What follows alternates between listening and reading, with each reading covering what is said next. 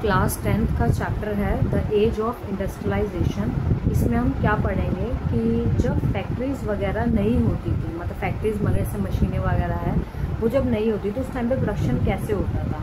तो अब international market में चीज़ें तो बिकती थी, तो क्या होता था, जो प्रोडक्शन होता था वो कंट्री साइड पे होता था। कंट्री साइड मतलब गांव वगैरह में प्रोडक्शन होता था।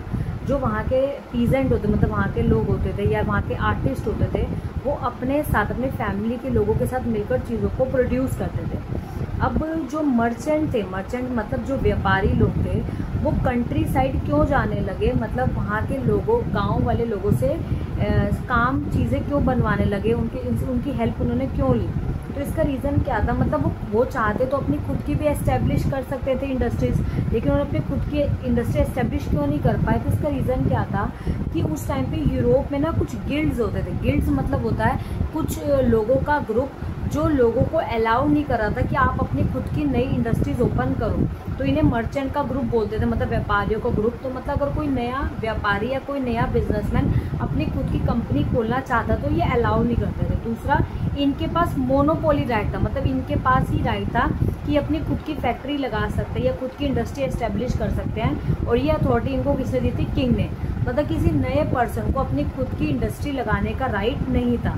तो इसके वजह से जो नए मर्चेंट होते थे वो अपना प्रोडक्शन करने के लिए या अपनी चीज़ों को बनवाने के लिए कंट्री साइड पर जाते थे, मतलब गांव में जाते थे और वहाँ के आर्टिस्ट या वहाँ के पीजेंट से अपनी चीज़ों को, अपनी गुड्स को प्रोड्यूस करवाते थे और फिर उसको इंटरनेशनल मार्केट में सेल करते थे। तो यही रीज़न था कि why merchant start moving to countryside. तो ये इंपॉर्टेंट क्वेश्चन है फर्स्ट टॉपिक कि जो मर्चेंट थे वो कंट्री साइड क्यों जा रहे थे, क्योंकि जो वहाँ के गिल्ड्स थे या वहाँ के जो मर्चेंट्स का ग्रुप था वो नए वर्कर, नए इंडस्ट्रीज को अलाउ नहीं कर रहे थे अपनी फैक्ट्रीज को सेटअप करने के लिए। अब नेक्स्ट टॉपिक है हमारा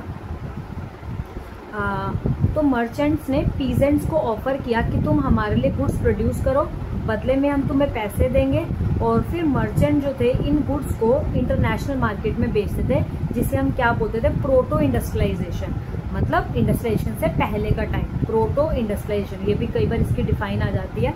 नेक्स्ट टॉपिक है कमिंग अप ऑफ फैक्ट्रीज। तो जो सबसे पहली फैक्ट्रीज थी वो इंग्लैंड में 1730 में इस्टेब्लिश हुई और 1750 तक आते आते इनकी जो नंबर्स थे वो इंक्रीज होने शुरू हो गए और 18th सेंचुरी में बहुत सारे इन्वेंशंस हुए। इन्वेंशन मतलब नई नई मशीनें बनने लगी, जिसके वजह से मैन्युफैक्चरिंग जो थी वो बहुत ज़्यादा बढ़ने लगी, जो चीज़ें थी और वो ज़्यादा फैक्ट्रीज में बनने लगी।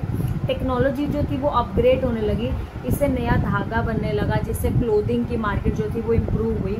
तो जो रिचर्ड आर्कराइट थे, इन्होंने सबसे पहले इन्वेंट करी कॉटन मिल, मतलब कॉटन की मशीनें इन्वेंट करी जिसमें कॉटन बनने लगी। जो पूरा प्रोडक्शन था वो एक ही प्लेस पे होने लगा, मतलब ये था कि अब आपको किसी घर में जाकर आपको कॉटन से यान बनवाना है, थ्रेड बनवाना है, फिर उसका कपड़ा बनवाना है। अब ये पूरा प्रोसेस जो था वो एक छत के नीचे होने लगा। जो सारे वर्कर्स थे वो एक ही जगह पर काम करने लगे उन मशीनों पर, और एक सुपरवाइजर होता जो उन्हें सुपरवाइज करता था कि वो अच्छे से काम कर रहे हैं कि नहीं कर रहे उस जगह पर। और जो क्वालिटी होती थी गुड्स की वो बहुत अच्छी होती थी, बहुत इम्प्रूव्ड होती थी। तो इस जगह को क्या नाम दिया गया, फैक्ट्री। फैक्ट्री मतलब एक ऐसी जगह जहाँ पर मशीनें लगी होगी, जहाँ पर लोग काम करेंगे और वहाँ पर एक ही छत के नीचे सारी चीज़ होगी, मैन्युफैक्चरिंग भी होगी, उसकी पैकिंग भी होगी, उसको स्टोर भी किया जाएगा। आगे नेक्स्ट टॉपिक है हमारा पेज ऑफ इंडस्ट्रियल चेंज। तो इसमें क्या था कि फर्स्ट ऑफ ऑल जो कॉटन इंडस्ट्री थी वो सबसे ज़्यादा ग्रो कर रही थी, क्योंकि कॉटन मिल सबसे पहले एस्टेब्लिश हुई। तो सबसे पहले कॉटन की इंडस्ट्री सबसे ज़्यादा इंक्रीज़ करी थी 1840 तक। लेकिन अब जब कॉटन बनेगा तो उसको हमें ट्रांसपोर्ट भी तो करना पड़ेगा, मतलब उसको एक जगह से दूसरी जगह पर लेकर जाना पड़ेगा। तो उसके लिए ट्रांसपोर्ट की भी रिक्वायरमेंट थी, और ट्रांसपोर्ट किससे बनेगा, मेटल से। तो इसलिए क्या हुआ, मेटल की भी डिमांड बहुत ज़्यादा बढ़ने लगी, जिससे मेटल बेस्ड इंडस्ट्रीज जो थी वो भी बहुत ज़्यादा इंक्रीज होने लगी। तो सबसे पहले कॉटन इंडस्ट्रीज इंक्रीज हुई और उसके बाद मेटल इंडस्ट्री। और by the end 19th century तक जो 20% से कम वर्क फोर्स जो थी वो इंडस्ट्रीज में वर्क करी थी, मतलब 100% में से 20% से कम लोग जो थे वो अब फैक्ट्रीज में काम कर रहे थे। तो इसका मतलब अभी भी लमसम 80% लोग थे वो अपने घर पर चीज़ों को बना रहे थे लोगों के लिए। ठीक है, अब नेक्स्ट टॉपिक है हमारा, ये भी इंपॉर्टेंट टॉपिक है, hand labour and steam power. Hand labour कौन होगी, जो हाथों से चीज़ें बना रहे हैं, और स्टीम पावर मतलब जो मशीनों से चीज़ें बनेगी। तो जो ब्रिटेन इंडस्ट्रीज थे उन्होंने लेबर को चुना काम करने के लिए, उन्होंने स्टीम पावर को नहीं चुना। क्यों? क्योंकि उस टाइम पर इंग्लैंड में पॉपुलेशन बहुत ज़्यादा थी और जो लेबर थी वो कम पैसों में काम करने को तैयार थी। वहीं जो स्टीम पावर थी वो बहुत ज़्यादा महंगी मशीनें होती थी, बहुत कॉस्टली होती थी। तो इंडस्ट्री और जो मशीनें आपको पता है वो एक ही टाइप का प्रोडक्ट बना सकती है। पहले जैसे मशीन जो है वो एक ही चीज़ का प्रोडक्ट बना सकती है, उसमें वेरिएशन नहीं ला सकती। मतलब प्रोडक्ट तो बहुत सारे बना देगी लेकिन वो एक ही जैसा प्रोडक्ट बनाएगी। लेकिन वहीं जो हैंड लेबर होगी, मतलब जो हाथों चीज़ें बनाएगा, वो एक अलग अलग वैरायटी में चीज़ों को बनाएगा, एक अलग अलग डिज़ाइन में बनाएगा, जिसकी वजह से जो अपर क्लास है वो इन चीज़ों को पसंद करते थे। इसके अलावा जो इंडस्ट्रीज होती थी, वो जो मशीनें होती थी, कई बार वो सीजनल गुड्स को बनाती थी। जैसे दिवाली पे फायर क्रैकर्स हो गए, अभी तो दिवाली के टाइम पे ही सेल होंगे, तो बाकी टाइम पे वो मशीनें यूजलेस होती थी। इसलिए जो लोग इंडस्ट्रीज थे ब्रिटेन के, उन्हें हैंड लेबर को ज़्यादा प्रेफरेंस दी as compare to steam power. Next topic है हमारा लाइफ ऑफ वर्कर्स, की वर्कर्स की जो लाइफ थी वो कैसे थी। तो इसमें ये था कि जो वर्कर्स थे उनकी जो नंबर्स थे वो बहुत ज़्यादा बढ़ते जा रहे थे, क्योंकि जो वर्कर्स थे वो बड़ी बड़ी सिटीज़ में आ रहे थे काम की तलाश के लिए। लेकिन काम उन्हीं को मिलता था जिनके सोशल कनेक्शन अच्छे होते थे, मतलब जिनकी लोगों से बातचीत थी, सिर्फ उन्हीं को काम मिलता था। और वर्कर की जो सैलरीज थी वो बहुत ज़्यादा कम थी, क्योंकि जैसे मैंने आपको बताया उस टाइम पे पॉपुलेशन बहुत ज़्यादा थी, तो जो वर्कर्स थे वो कम पैसों में भी काम करने के लिए तैयार हो जाते थे। लेकिन फिर धीरे धीरे उनकी सैलरी इंक्रीज़ हुई, लेकिन उससे तेज़ी से महंगाई बढ़ने लगी, इन्फ्लेशन बढ़ने लगी, तो वर्कर्स को बहुत ज़्यादा सफ़र करना पड़ा। और 19वीं सेंचुरी में क्योंकि मशीनें बहुत ज़्यादा आ गई, टेक्नोलॉजी बहुत ज़्यादा आ गई, तो अनएम्प्लॉयमेंट बढ़ने लगी। अनएम्प्लॉयमेंट मतलब बेरोज़गारी बढ़ने लगी। जो बेरोज़गारी पहले 35% थी वो बढ़कर 75% हो गई। क्यों? क्योंकि अब एक मशीन 10-10 लोगों का काम कर लेती थी, तो इस वजह से जो लेबर थी उनको काम कर मिलना बंद हो गया और ज़्यादातर जो चीज़ थी वो मशीनों से बनने लगी। अब नेक्स्ट टॉपिक है इंडस्ट्रियलाइजेशन इन कॉलोनीज। कॉलोनीज मतलब अब जब इंग्लैंड ने ब्रिटिशर्स ने अब कई देशों को अपना गुलाम बनाना शुरू कर दिया, तो उस टाइम पर इंडस्ट्रियलाइजेशन का क्या कंडीशन थी। तो इंडिया जो था वो कॉटन के लिए बहुत ज़्यादा फेमस था।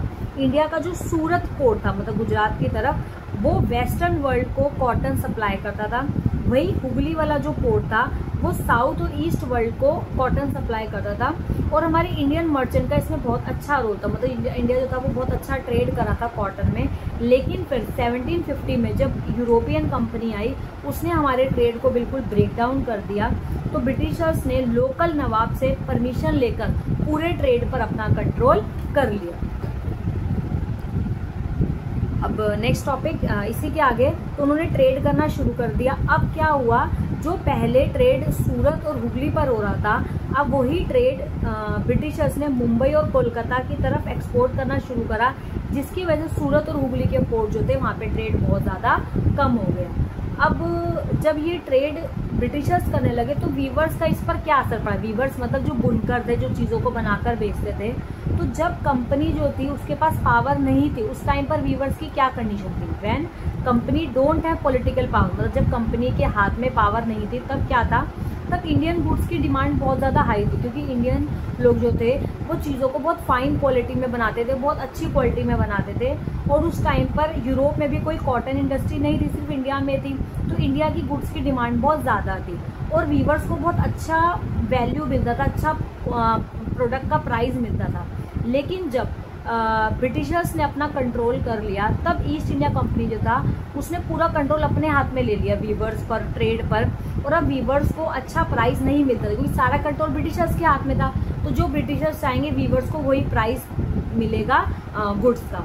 अब जो ब्रिटिश कंपनीज थी उन्होंने डायरेक्ट कंट्रोल कर लिया अपना वीवर्स पर। कैसे? किसके थ्रू? गुमास्तास के थ्रू। ये भी बहुत इंपॉर्टेंट टॉपिक है। गुमास्ता, गुमास्ता कौन था? गुमास्ता एक टाइप का ऑफिसर था, एक जॉब थी, एक ऑफिसर था, जो कि जिसे किसने अपॉइंट किया था? ईस्ट इंडिया कंपनी ने। ये क्या करता था, ये वीवर्स को एडवांस देता था कि तुम हमें सामान प्रोडक्ट बनाकर दो, कॉटन बनाकर दो, और बदले में फिर उसको चेक कर फिर ब्रिटिशर्स को बेचता था। तो जो वीवर्स थे वो बहुत ज़्यादा कई बार एडवांस ले लेते थे अपनी नीड्स को फुलफिल करने के लिए, जिस वजह से उन्हें फुल टाइम वर्क करना पड़ता था। और कई बार अगर वो अपना ऑर्डर फुलफिल नहीं कर पाते थे तो जो गुमास्ता था उनको बहुत ज़्यादा पनिश भी करता था। Next topic, Manchester come to India. अब मैनचेस्टर कम टू इंडिया है मतलब इसमें जहाँ पर जो इंडिया था उसमें ट्रेड, जो ब्रिटिश कंपनी थे वो इंडिया पे ट्रेड बहुत ज़्यादा बढ़ाने लगे। तो इंडिया का जो एक्सपोर्ट था मतलब मैनचेस्टर के आने से पहले वो 1811 से 1812 में 33% था। मतलब जो इंडिया था वो 33% एक्सपोर्ट करता, मतलब बाहर सामान सेल करता था। लेकिन जब इंडिया पर कंट्रोल कर लिया ब्रिटिशर्स ने तो 1850-51 में वही एक्सपोर्ट कम होकर कितना हो गया, 3%, मतलब 3% रह गया। जो इंडस्ट्रीज थी वो सेटअप होने लगी ब्रिटेन में। मतलब अब यहाँ पर देख कर जो इंग्लैंड के लोग थे उन्होंने वहाँ पर ब्रिटेन में इंडस्ट्री सेटअप करनी शुरू कर दी। और जो इंडिया पर बैन लग गया कि आप अपना क्लोथ जो है वो एक्सपोर्ट नहीं कर सकते, मतलब बाहर अपना जो प्रोडक्ट है वो नहीं सेल कर सकते। तो जो ब्रिटिशर्स थे उन्होंने अपना एक्सपोर्ट बढ़ा लिया और जो इंडिया का एक्सपोर्ट था उसको डिक्रीज कर दिया। मतलब बेसिकली वो क्या करते थे, इंडिया से रॉ कॉटन खरीदते थे और फिर उस कॉटन को इंग्लैंड में मशीनों से बनाते थे और फिर उसी कॉटन को इंडिया में as well as other countries में सेल करते थे। अब इसका क्या इम्पैक्ट हुआ वीवर्स पर, बुनकर पर, जो उनकी मार्केट थी वो बिल्कुल कोलैप्स हो गई। मतलब उनकी जो मार्केट थी उनको सेल करने के लिए प्रोडक्ट बिल्कुल खत्म हो गया। इवन उनकी जो लोकल मार्केट थी वो भी कोलैप्स हो गई। क्यों?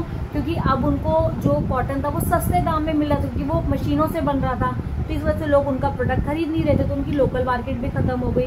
अब क्योंकि मैंने आपको जैसे बताया कि जो ब्रिटिशर्स थे वो रॉ कॉटन को इंडिया से खरीद कर ब्रिटेन भेज रहे थे, तो इंडियन वीवर्स के लिए उनके लिए कॉटन बच ही नहीं रहा, तो शॉर्टेज हो गया उनके पास कॉटन का। तो ये कंडीशंस थी वीवर्स। नेक्स्ट, 19th सेंचुरी में फैक्ट्री जो थी फिर धीरे धीरे एस्टेब्लिश होने लगी इंडिया में। 1854 में पहली कॉटन मिल लगी थी बॉम्बे में, फिर 1855 में जूट मिल लगी बंगाल में और 1874 में स्पिनिंग मिल लगी मद्रास में। अब ये जो इंडस्ट्रीज थी ये कैसे जो इंडियन बिजनेसमैन थे वो सीखे इंडस्ट्रीज को एस्टेब्लिश करना। तो जो ब्रिटिशर्स क्या थे, ओपियम मतलब अफीम को उगाते थे, उसे चाइना में बेचते थे और चाइना से फिर चाय लेकर उसे इंग्लैंड में बेचते थे। तो उनको ये पूरा प्रोसेस इंडियन बिजनेसमैन को समझ आ गई, कैसे इन प्रोडक्ट को बनाना है, फिर उसे बेचना है, कैसे उसकी शिपिंग करनी है। तो ये सब चीज़ें इंडियन बिजनेसमैन ने ब्रिटिशर्स से सीखी, उन्हें नॉलेज मिली ब्रिटिशर्स से। और इस तरीके से उन्होंने तो इसमें कुछ एग्जाम्पल दे रखे हैं कुछ बिजनेसमैन के इंडिया के। जैसे द्वारकानाथ टैगोर थे, उन्होंने बंगाल में 6 कंपनी इस्टेब्लिश करी। वहीं टाटा पैटेट ने मुंबई में बहुत सारी कंपनीज इस्टेब्लिश करी। हुकुमचंद ने कोलकाता में पहले अपनी जूट मिल लगाई, लेकिन ये फैक्ट्री ज़्यादा टाइम तक एग्जिस्ट नहीं कर पाई। क्यों? क्योंकि ब्रिटिशर्स ने इनको बैन कर दिया था इनके प्रोडक्शन में। लेकिन बाद में ये अच्छे से इस्टेब्लिश हुई जब ब्रिटिशर्स का कंट्रोल ख़त्म हो गया। अब जो वर्कर्स है, हमने पहले भी पढ़ा कि जो वर्कर्स थे वो डिस्ट्रिक्ट विलेजेस से सिटीज़ में काम की तलाश में आते थे, लेकिन जॉब सिर्फ उन्हीं को मिलती थी जिनके अच्छे सोशल रिलेशन होते थे। अब इसका एक पॉइंट और होता है, 1 मार्क में कई बार पूछ लेते हैं कि जो इंडस्ट्रीज थे ना, जो बड़े बड़े फैक्ट्री ओनर्स थे वो एक पर्सन को रखते थे अपने पास जिसे जॉबर बोलते थे।